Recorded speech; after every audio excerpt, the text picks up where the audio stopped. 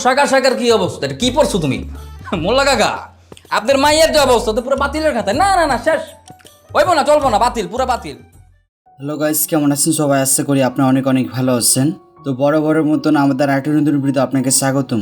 তো আজকে ভিডিও নিচ্ছি সাকিব সিদ্দিক এবং কি আরোহী মিম আপুর নতুন নাটক। তো নাটকের শুরুতে আরোহী আপুকে দেখতে পাওয়া যাবে তার বন্ধু বান্ধবের সাথে, আর ওই পাশে সাকিব ভাইয়াকে দেখতে পাওয়া যাবে, আর কিছু লোকজনকে দেখতে পাওয়া যাবে। তো লোকজন বসে আছে আরোহী আপুর জন্য, আর ওইদিকে আপু বন্ধু বান্ধবের সাথে আড্ডা দিবে। তো সাকিব ভাই বসে বুঝলাম না, রাত 2টা বাজছে, আপনার মেয়ে কি আসবে না? আসার তো কোনো নামগন্ধে পাইতেছি না। তো আপুর বাবা বলছে আসবে, এই সময়তে তো চলে আসে। তো কিছুক্ষণ পরে কিন্তু আরোহী আপু বাসায় ঢুকবে। তো আপু এসে বলছে ড্যাড কারা এরা? তো সাকিব ভাই বলছে এই তো আয়া পড়ছে। আমরা কারা এটা পরে কইতাছি, তার আগে এটা তুমি কও, এত রাত্রে তুমি কোথায় ছিলা? কোনোদিন শুনেছ এত বড় মেয়ে রাত 2টার দিকে বাসায় ফিরে? হ্যাঁ, পোশাক আশাকের কি অবস্থা? এটা কি পড়ছো তুমি? মোল্লা কাকা, আপনার মাইয়া যে অবস্থা, এ তো পুরো বাতিলের খাতায়। না না শেষ, চলবো না, বাতিল। তো এখানে আমি আপনাদেরকে বুঝাচ্ছি, বাম দিকে যারাকে দেখতে পারছেন ইনারা হচ্ছে আরোহী আপুর আসল বাবা মা, আর ডাইন দিকে যাদেরকে দেখতে পারছেন তারা কিন্তু হচ্ছে পালিত বাবা মা, মানে ইনারা আপুকে দত্তক নিয়েছিল। আপুর আসল বাবা বলছে আস্তাগফিরুল্লাহ, ছি ছি চৌধুরী সাহেব, আমি কিন্তু অনেক আশা নিয়ে আমার মেয়েকে আপনার কাছে দিয়েছিলাম, মেয়েটা যেন ভালো থাকে। এগুলো কি জামা কাপড় পরে আছে বলেন তো? ছি ছি ছি ছি। তো আরোহী আপু বলছে কি আশ্চর্য, আপনাদের মেয়ে মানে? ড্যাড কারা এরা? এগুলো কি বলছে? তারপর পালিত বাবা বলছে মারে, ওনারা ঠিক কথাই বলেছে, ওনারাই তোর আসল বাবা মা। তাপু বলছে আসল বাবা মা? এগুলো কি বলছে, আর মানে কি?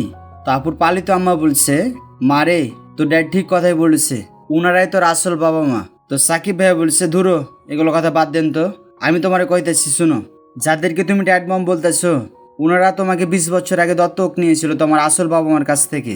এই যে বসে আছে আরে তোমার আসল বাবা মা, করিম মোল্লা জরিনা খাতুন। তা আপু আবারও বলছে ড্যাড ওনারা নাকি সত্যি কথা বলছে।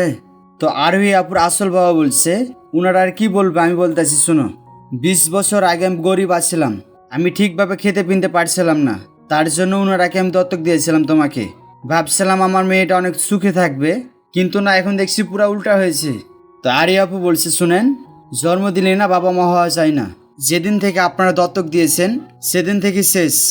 আমাকে যারা লালন পালন করেছে ওনারাই আমার আসল বাবা মা, আপনারা চলে যান। তো ভাইয়া আপুকে বলছে বললেই হইলো, আমরা চলে যাব, আমার চাচা অত কাঁচা কাম করে না।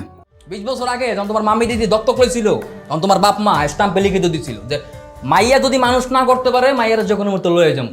মানে চৌধুরী সাহেব শর্ত পূরণে ব্যর্থ হয়েছে, সেক্ষেত্রে চৌধুরী সাহেব যদি দ্বিমত পোষণ করে তাহলে চৌধুরী সাহেব এবং তার পরিবারকে 20 বছর জেল খাটতে হবে। তো আরোহী আপুর সাথে এখানে সবাই মিলে একটা নাটক সাজাবে। তো ওই নাটকটা কি আপনার নাটক দেখলে বুঝতে পারবেন। তো এই নাটকটি নিয়ে আমি আর কিছু বলতে চাচ্ছি না। এই নাটকের নাম হচ্ছে গরিবের রানী। তা আমাদের ভিডিও যদি আপনার কাছে ভালো লেগে থাকে তাহলে অবশ্যই একটা লাইক করবেন, আর এরকম নতুন নতুন নাটক যদি দেখতে চান তাহলে অবশ্যই চ্যানেলটিকে সাবস্ক্রাইব করে রাখবেন। তো আজকের মতো এখান থেকে বিদায় নিচ্ছে, দেখা হবে আবার কোনো নেক্সট ভিডিওতে। ভালো থাকবেন আপনি, ভালো রাখবেন আপনার চারপাশ।